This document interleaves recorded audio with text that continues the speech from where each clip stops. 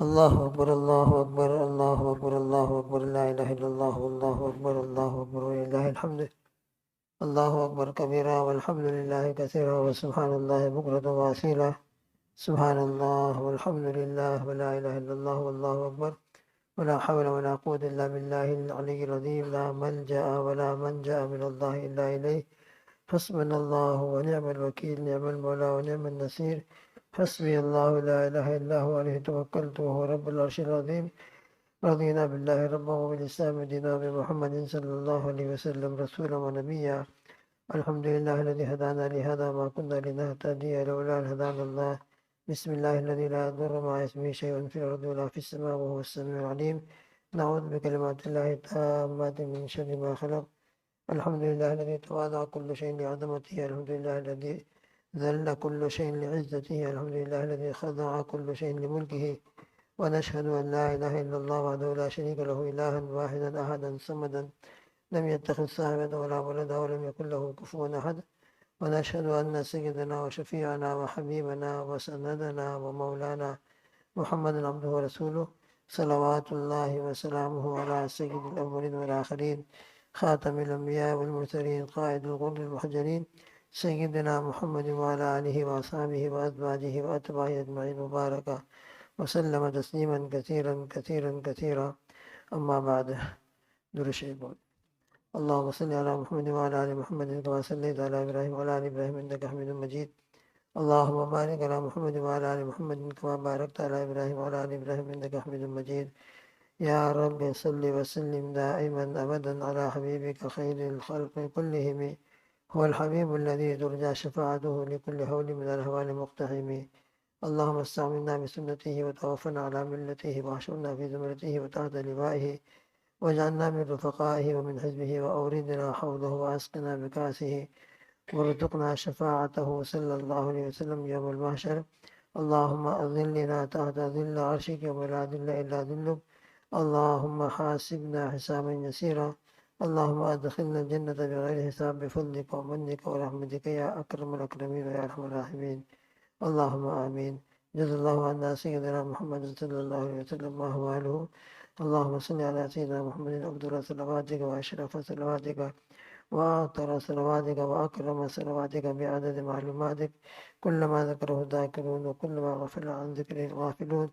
وصل على جميع الأنبياء والمرسلين وعلى ملائكة المقربين وصل على جميع المؤمنين والمؤمنات والمسلمين والمسلمات الأحياء منهم والأموات اللهم صل على محمد وأنزله المقعد المقرب عندك يوم القيامة عن عبد الله بن عباس رضي الله تعالى عنه قال قال رسول الله صلى الله عليه وسلم الميت في القبر إلا كالغريق المتغوص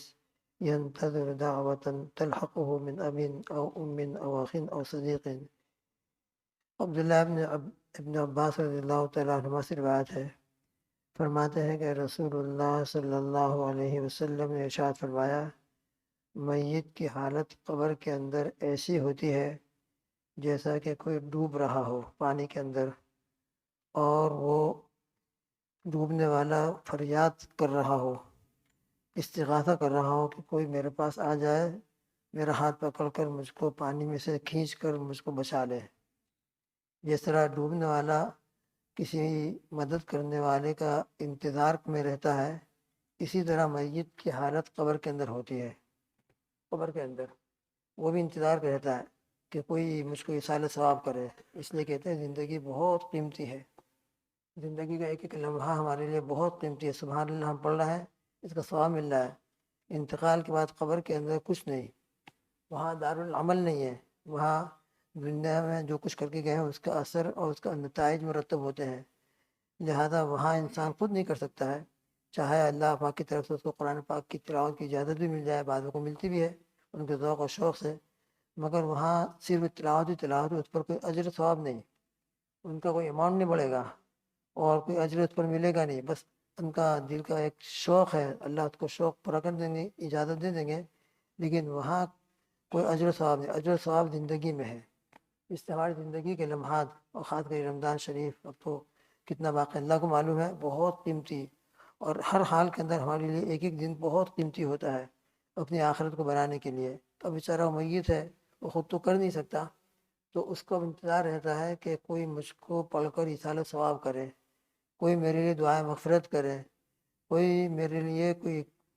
یاسین شریف وغیرہ پڑھ کر اس کا ثواب مجھ کو بھیجے۔ تو اس کی حالت بالکل ایسی ہوتی ہے جیسے ڈوبنے والا جو مدد کا طالب اور مدد کا طالب ہو۔ ينتظر دعوة تلحقه من اب او ام او اخ او صدیق، وہ زندہ لوگوں کی دعاؤں کا منتظر رہتا ہے کہ اس کا باپ اس کے لیے دعا کرے، یا اس کی ماں اس کے لیے دعا کرے، یا اس کا بھائی اس کے لیے دعا کرے، یا صدیقین کوئی اس کا دوست ہو اس کے لیے دعا کرے۔ یہ جو حدیث شریف کے اندر ایک مثال کے طور پر بتلایا گیا ہے، یہاں باپ اور ماں کا تذکرہ ہے، کبھی اتفاق الٹا بھی ہو جاتا ہے کہ باپ کا انتقال ہو گیا وہ بیٹے کی دعا کا منتظر ہے، ماں کا انتظار ہو گیا وہ اپنے بیٹے اور اپنے اولاد کی دعا کے منتظر ہے۔ بہرحال میت جو ہے دنیا میں اس کے جو رشتہ دار ہیں قریب کے خاص طور پر، اور جو اس کے ملنے جلنے والے ہوتے ہیں، اس میت کو اپنے ان ملنے جلنے والے دوستوں سے، اپنے رشتہ داروں سے بہت ہی زیادہ امید ہوتی ہے کہ وہ مجھ کو پڑھ کر کچھ ایصال ثواب کریں۔ چنانچہ جب دنیا کے اندر کوئی بھی ان کے لیے ایصال ثواب کرتا ہے، ایصال ثواب کے لیے کیا پڑھنا ہے؟ جیسے کل بات آئی تھی، 3 مرتبہ قل اللہ شریف پڑھ لیں، 12 مرتبہ پڑھ لیں، سورہ فاتحہ پڑھ لیں، 3 مرتبہ سورہ تکاثر پڑھ لیں، سورہ یاسین کا موقع ہو تو سورہ یاسین شریف پڑھ لیں، درود شریف پڑھ لیں، تیسرا کلمہ، چوتھا کلمہ، یہ سب کلمات طیبات ان کا اجر و ثواب ہوتے ہیں۔ ہم نے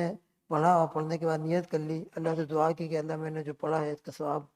میرے آقا صلی اللہ علیہ وسلم کو پہنچا دیجیے، اور پھر میرے آقا صلی اللہ تعالیٰ علیہ وسلم کے صدقے طفیل سے میرے بیٹے کو، میری بیٹی کو، میرے والد کو، میرے والدہ کو، میرے استاد کو، میرے دوست کو، جس کو بھی پہنچانا ہو اس کا نام لے کر پہنچا دیں۔ اور پھر اس کے بعد عام عموم پیدا کرنا ہو تو یہ کہہ دیں کہ تمام مومنین مومنات، تمام مرحومین مرحومات کو انشاءاللہ ثم انشاءاللہ سب کو ثواب پہنچے گا۔ تو بہرحال فَإِذَا لَحِقَتْهُ كَانَ أَحَبَّ إِلَيْهِ مِنَ الدُّنْيَا، جب کوئی زندہ اپنے مردوں کے لیے، اپنے میت کے لیے، اپنے بھائی کے لیے، بیٹی کے لیے، ماں کے لیے، باپ کے لیے وغیرہ وغیرہ جس کے لیے بھی وہ دعا کرتا ہے تو وہ دعا اس کو پہنچتی ہے میت کو، اور یہ دعا جو اس کو پہنچتی ہے تو احب الیہ من الدنیا ما فیہا، دنیا و ما فیہا سے اس کو زیادہ محبوب ہوتی ہے۔ دنیا پوری کی پوری اس کو مل جائے تو کیا فائدہ اس کو، وہ تو دنیا چھوڑ کے ہی چلا گیا، اب تو دنیا اس کو مل بھی جائے گا تو قبر میں کیا کرے گا دنیا کو لے کر۔ ہاں، اللہ کی طرف سے اس کو اجر و ثواب ملے تو یہ اجر و ثواب اس کی مغفرت کا ذریعہ بنتا ہے۔ قبر کے عذاب میں خدا نخواستہ مبتلا ہو گیا ہے تو قبر کے عذاب سے نجات کا ذریعہ بنتا ہے، اور قبر کے اندر درجات کے بلند ہونے کا ذریعہ بنتا ہے۔ لہذا اس کے قریبی رشتہ دار یا کوئی اس کا دوست اس کے لیے ایصال ثواب کرتا ہے، دعائیں مغفرت کرتا ہے تو اس کو دنیا مافیہ سے محبوب ہوتا ہے۔ وَإِنَّ اللَّهَ تَعَالَى لَيُدْخِلُ عَلَىٰ أَهْلِ الْقُبُورِ مِن دُعَاءِ أَهْلِ الْأَرْضِ أَمْثَالَ الْجِبَالِ، اور نبی کریم صلی اللہ تعالیٰ علیہ وآلہ وسلم فرماتے ہیں کہ اللہ سبحانہ و تعالیٰ دنیا والے اور زمین والے اپنے مرحومین کے لیے، مرحومات کے لیے جو دعا کرتے ہیں، دعائیں مغفرت کرتے ہیں، ایصال ثواب کرتے ہیں، تو یہ دعائیں مغفرت کرنے کی برکت سے جو میت ہے قبر کے اندر، مردے ہیں بیچارے مرحوم مرحومات، ان کو جو اجر و ثواب ملتا ہے، رحمت و غفران پہاڑوں کے برابر ملتا ہے، بالکل ماؤنٹ کی طرح، اتنے بڑے بڑے مقدار کے اندر۔ پھر آگے فرماتے ہیں حضرت پاک صلی اللہ علیہ وسلم وَإِنَّ هَدْيَةَ الْأَحْيَاءِ إِلَى الْأَمْوَاتِ الاستغفار لهم، ہم دنیا کے اندر کسی کو گفٹ پیش کرتے ہیں، عیداری پہ گفٹ پیش کرتے ہیں اور ہدیہ بھیجتے ہیں، تو ہم مردوں کو کیا ہدیہ پیش کر سکتے ہیں؟ تو مردوں کے لیے کوئی کھانا لے جا کر وہاں قبر پر رکھ دیں تو کھانا سب کھانے والوں، ان کے لیے کھانے اور پینے کی چیزیں یہ ان کے لیے کوئی ہدیہ نہیں ہے، ان کا ہدیہ کیا ہے؟ الاستغفار لهم، ان کے لیے مغفرت کی دعا کرنا۔ لہذا ہم نے قرآن پاک پڑھا ہو، سورہ یاسین شریف پڑھی، قل ہو اللہ شریف پڑھی، اور ہمیشہ اپنا معمول بنا لیں، ہمیشہ اپنی عادت بنا لیں، نمازوں کے بعد بھی جب ہم نفل وغیرہ سے فارغ ہو جائے تو ہمیشہ عادت بنائیں کہ کچھ ٹائم نکالیں، کتنا بھی ہو، چاہے 1 منٹ ہو، اگر اس سے زیادہ ٹائم ہے تو 2 منٹ ہو، جتنا بھی ہو کچھ تسبیح فاطمی پڑھیں، اور پھر اس کے بعد اطمینان سے چاہے آدھی منٹ دعا کریں، ہم 1 منٹ دعا کریں، اپنے لیے مرحومین کے لیے 1-2 جملے کے اندر بھی دعا کر کے جانے کی عادت ڈالیں۔ ہمیشہ نماز کے بعد دعا کرنے کی عادت کرنا چاہیے، دعا سے کبھی بھی اپنے آپ کو مستغنی نہیں کرنا چاہیے کہ مجھے دعا کی ضرورت نہیں ہے اور مجھے دعا کی حاجت نہیں ہے، بس سنت پڑھی اور بغیر دعا کے ہم اٹھ کر چلتے بنیں، ایسی عادت نہ ہونے چاہیے۔ دعا نمازوں کے بعد، فرض نمازوں کے بعد قبول ہوتی ہے، فرض نماز کے بعد فوراً مانگ لی جائے یا سنت نوافل سے فارغ ہو کر مانگی جائے، یہ سب انشاءاللہ فرض نماز کے بعد ہی کا ٹائم ہوتا ہے۔ اس لیے ہمیشہ اپنے مرحومین کے لیے نمازوں کے بعد ہے قرآن پاک کی تلاوت کی توفیق ملی، جتنی بھی ملی، 1 رکوع 2 رکوع کوارٹر 1 رکوع 1 پارہ، اس کے بعد اپنے مرحومین کے لیے اِصالِ ثواب کر دیا کریں۔ اور اسی طریقے سے ہم نے چلتے چلتے کوئی درود شریف پڑھ لیا، تسبیحات پڑھ لی، تیسرا کلمہ 100 مرتبہ پڑھ لیا، یا جو بھی ہمارا معمول ہے، یہ معمولات اس کا بھی ثواب ملتا ہے، ہم کو بھی ملتا ہے، اور ہم اِصالِ ثواب کر دیں گے تو ان کو ہی پہنچے گا۔ اور یاد رہے اِصالِ ثواب کرنے کی برکت سے ایسا ہرگز نہیں ہوگا کہ ہمارا ثواب کم ہو جائے گا۔ یہ بخیلی وہاں نہیں ہے اللہ کے یہاں کہ میں نے کسی کو دے دیا تو میرا پاکٹ خالی ہو گیا، میرے پاس 10 پاؤنڈ ہے، میں نے کسی کو 10 پاؤنڈ دے دی تو میرے ہاتھ میں کچھ نہیں رہا۔ ایسا نہیں ہے، آپ اِصالِ ثواب کریں گے تو آپ کو جتنا ثواب ملنے والا ہے وہ تو ملے گا انشاءاللہ، لیکن اللہ کی رحمت اتنی وسیع ہے، اتنی وسیع ہے کہ بس آپ کی نیت اور آپ کا جذبہ اور آپ کا شوق کہ میں اپنے مرحومین کے لیے کچھ کروں، اپنے مرحومین کو یاد رکھوں میں، اور ان کے لیے دعائے مغفرت اِصالِ ثواب کرتے رہوں، تو ہم نے اِصالِ ثواب کیا، تو اِصالِ ثواب کرنے کی برکت سے ہم کو جو ثواب ملنے والا ہے وہ تو ملے گا، مگر اِصالِ ثواب کی برکت سے اس ثواب کے اندر وہ بھی شریک ہو جائیں گے انشاءاللہ۔ اور اللہ سے امید رکھیں، اس کے اندر 2 قول آتے ہیں کہ ہم نے 3 مرتبہ قل اللہ شریف پڑھی اور 3 مرتبہ مثلاً یا یاسین شریف پڑھی، اس کا مرحوم کو اِصالِ ثواب کیا، 1 کو کیا، 10 کو کیا، 100 کو کیا، ہزاروں کیا، پوری امت کو کیا، تو یہ یاسین شریف کا ثواب سب کو برابر ملے گا یا تقسیم ہو کے ملے گا؟ 1 پاؤنڈ ایک آدمی کو دو تو 1 پاؤنڈ ملے گا، 1 پاؤنڈ 2 آدمیوں کے درمیان تقسیم کرو تو 50 پین ہو جائیں گے ہر ایک حصے میں، اور 4 آدمیوں کے درمیان تقسیم کرو تو 25 پینی ہو جائے گی۔ تو یہ اللہ تعالیٰ بھی اس طرح تقسیم کر کے ثواب عطا فرماتے ہیں، تو ایک قول یہ بھی ہے، ہاں تقسیم کر کے ثواب عطا فرماتے ہیں، مگر ایک قول یہ بھی ہے کہ آپ نے کسی کو 1 پاؤنڈ دیا ہے تو 1 پاؤنڈ کا ثواب اگر آپ نے 1 کو پہنچایا تو 1 کو 1 پاؤنڈ کا ثواب ملے گا، 10 کو پہنچایا تو انشاءاللہ اللہ کی رحمت سے امید رکھو کہ 10 کو بھی 1 پاؤنڈ کا ثواب ملے گا انشاءاللہ۔ اللہ کی رحمت میں کیا کمی ہے، امید رکھو، ہم کو اللہ کی رحمت سے امید رکھنے سے کیا کمی ہوتی ہے؟ اللہ کی رحمت اب جتنا بھی دے دیں، اللہ سے ہم جیسا امید بنیں گے، اِنَّ عبد ظنی بھی، کہ میرا بندہ میرے ساتھ جیسا گمان کرتا ہے میں اس کے ساتھ جیسا معاملہ کرتا ہوں، اگرچہ محققین کے اقوال ہیں، مگر ایک قول یہ بھی ہے کہ اللہ کی رحمت سے امید رکھنا چاہیے کہ انشاءاللہ ہم نے جن کو ثواب اِصالِ ثواب کیا ہے سب کو پورا پورا ثواب ملتا ہے، تقسیم ہو کر نہیں ملتا ہے، شیئر ہو کر نہیں ملتا ہے، پورا پورا۔ اس لیے اپنے مرحومین کو ہمیشہ یاد رکھنا چاہیے۔ کل کی جو حدیث آئی تھی حضرت عمرو بن عاص رضی اللہ تعالیٰ عنہ کی، اس کے اندر بھی حضرت یہی فرمانا چاہتے ہیں کہ تم میرے تدفین کے بعد ذرا قبر کے بعد ٹھہرنا، اور ٹھہرنے کا کیا مطلب؟ کچھ پڑھ کر اِصالِ ثواب کرنا، خالی ٹھہرنے سے کیا فائدہ ہوگا؟ تم ٹھہرو گے، کچھ پڑھو گے، اِصالِ ثواب کرو گے اور میرے لیے دعا کرو گے تو انشاءاللہ مجھ کو انسیت بھی ہوگی، اور میرے رب کے فرشتے جو میرے پاس آنے والے ہیں ان کے جواب دینے کے لیے میں تیار بھی ہو جاؤں گا، لہٰذا تمہارے ٹھہرنے سے مجھ کو انسیت ہوگی، تمہارے پڑھنے سے مجھ کو فائدہ ملے گا۔ اور اہل سنت والجماعت کے نزدیک اِصالِ ثواب بالکل جائز ہے۔ اِصالِ ثواب چاہے ہم بدنی عبادت کا اِصالِ ثواب کریں یا مالی عبادت۔ بدنی عبادت یعنی کیا مطلب؟ بدنی عبادت یہ ہے کہ ہم نے 2 رکعت نماز پڑھی، روزہ رکھا، اس 2 رکعت نماز کا 4 رکعت نماز کا ثواب پہنچا دیا، تو انشاءاللہ یہ بدنی عبادت ہے، اس کا بھی ثواب پہنچتا ہے۔ ہم نے روزہ رکھا، اس کا ثواب پہنچا دیا تو اس کا بھی ثواب پہنچتا ہے۔ اور بدنی عبادت کے اندر یہ بھی شامل ہے کہ ہم نے تلاوت کی، قرآن پاک کی، سورہ یاسین شریف پڑھی اور تسبیحات پڑھی، درود شریف پڑھا، اس کا ثواب پہنچا دیا، تو یہ بھی انشاءاللہ ثواب پہنچتا ہے۔ اور مالی عبادت یہ ہے کہ آپ اپنے مرحومین کے لیے کچھ صدقہ کریں، کچھ ان کے لیے اِصالِ ثواب کے لیے صدقہ جاریہ کی کوئی شکل بنا دیں، کسی مدرسے کے اندر کتاب دے دی، کسی کو قرآن پاک دے دیا،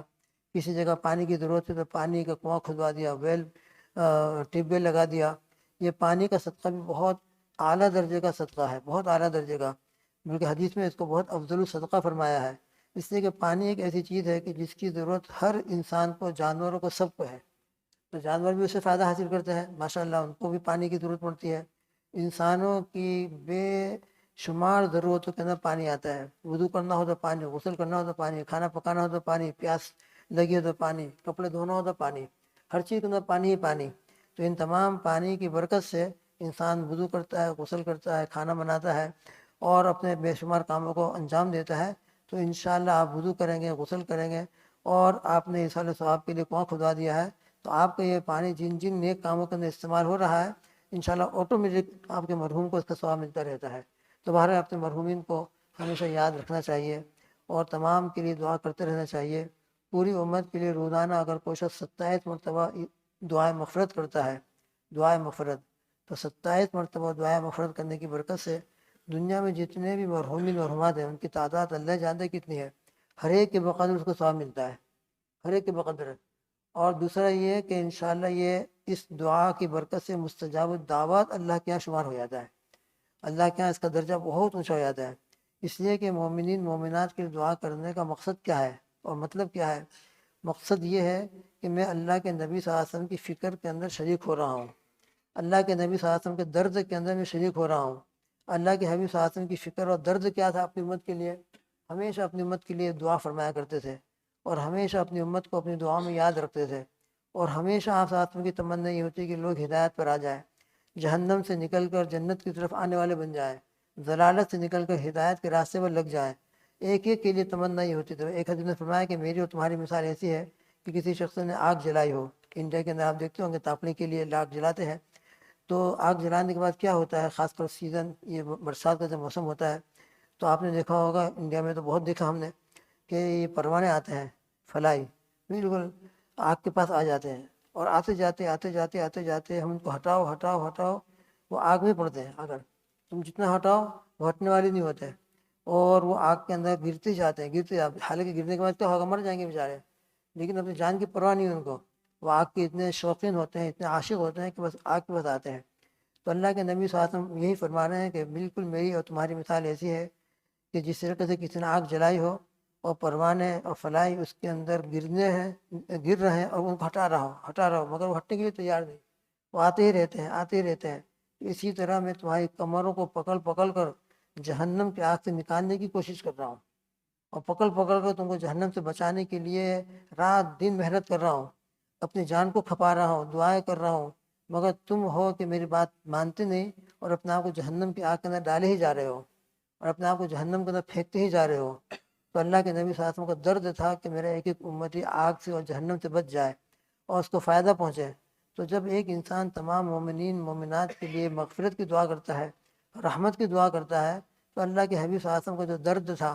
اللہ کے نبی صلی اللہ علیہ وسلم کی جو فکر تھی، اس فکر کے اندر شریک ہو جاتا ہے دعا کی برکت سے۔ اور اس سے آگے بڑھ کر اگر کوئی ہم باقاعدہ اس کے پاس جائیں، اس کی منت سماجت کریں اور اس کو ہدایت پر لانے کی کوشش کریں، تو کتنا بڑا کام ہوگا۔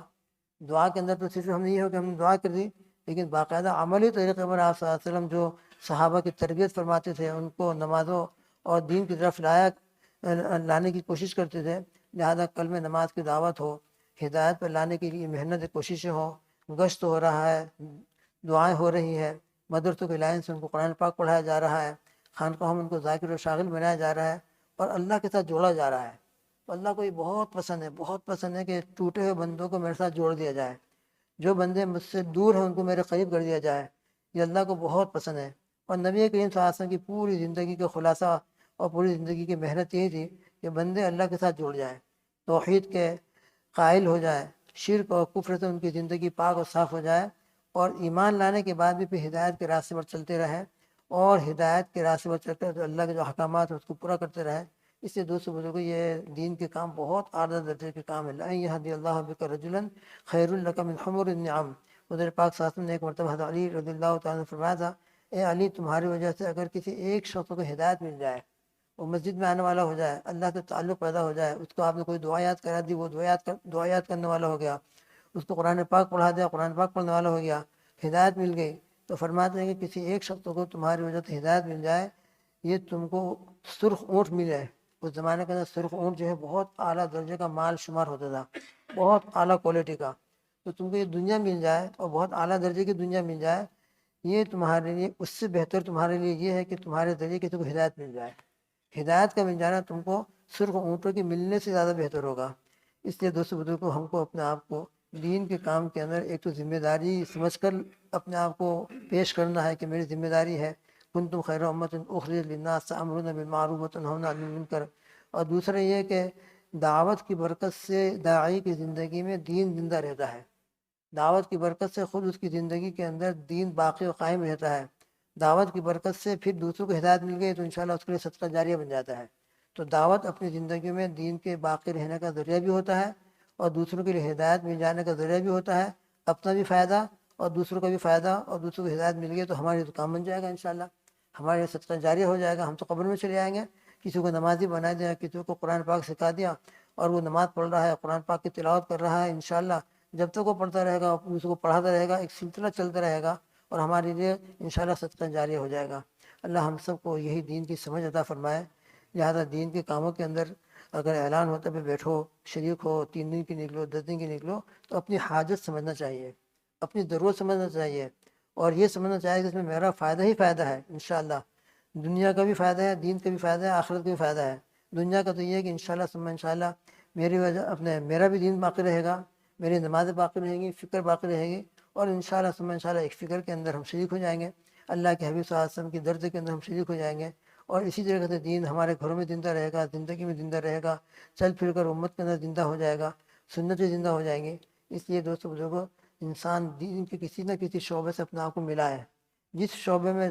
شریک ہونے کا اس کو موقع مل سکتا ہو اس میں شریک ہو، اور جس میں شرکت کا موقع نہیں مل رہا ہے اس کو محبت کی نگاہ سے دیکھے، عظمت کی نگاہ سے دیکھے، اور یہ بھی یہ سمجھے کہ وہ بھی دین کا کام کر رہا ہے، اس کام کو میں نہیں کر سکتا، میں اس کام کے لیے اپنے آپ کو فارغ نہیں کر سکتا، مگر وہ کر رہا ہے تو میں اس کے لیے دعائیں کروں۔ ان کو محبت کی نگاہ سے دیکھنا اور ان کے لیے دعاؤں کا اہتمام کرنا، اور جس شعبے کے اندر ہم شریک ہو کر بذات خود کام کر سکتے ہوں، چاہے 1 دن کے لیے، چاہے 2 دن کے لیے، چاہے جتنے ٹائم کے لیے، تو اس میں شرکت کر لینا چاہیے۔ تو انشاءاللہ دین کے تمام شعبوں میں ہماری شرکت ہو جائے گی، جس میں ہم شریک ہو گئے اس میں شریک ہو گئے، اور جس میں شریک نہیں ہو رہے ہیں تو دعاؤں کے اعتبار سے، محبت کے اعتبار سے بھی ہم ان کے ساتھ شریک ہو جائیں گے۔ اللہ تعالی ہم سب کو دین کا فہم عطا فرمائے، اور اپنی زندگی کے ایام کو وصول کرنے کی توفیق عطا فرمائے، اور دین کی فکر ہماری زندگی میں عطا فرمائے، اور ہمیشہ اپنے مرحومین کے لیے، مرحومات کے لیے، پوری امت کے لیے ایصال ثواب کا، دعائے مغفرت کا اہتمام کرنا چاہیے۔ اس کا بڑا فائدہ ہوتا ہے، ہم کو بھی فائدہ ہوتا ہے، اور ہمارے مرحومین مرحومات کو بھی فائدہ ہوتا ہے۔ اللہ تعالیٰ پوری امت کی مغفرت فرمائے۔ اللہ تعالیٰ رب الجلال جو زندہ ان سب کو ہدایت عطا فرمائے، اور جتنی بھی دین کی محنتیں ہو رہی ہیں رب الجلال ان تمام محنتوں کو قبول فرمائے، ان کو قائم رکھے،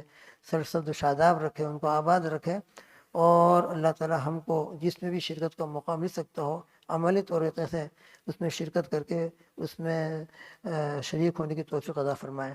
اللہم آمین۔ سبحان اللہ بحمدہ، سبحانک اللہم وبحمدک، ونشہد ان لا الہ الا انت، نستغفرک ونتوب الیک، وصلی اللہ تعالی علی خیر خلقہ محمد وعلی آلہ واصحابہ وازواجہ اجمعین۔ سبحان ربک رب العزۃ عما یصفون، وسلام علی المرسلین، والحمد للہ رب العالمین، برحمتک یا ارحم الراحمین۔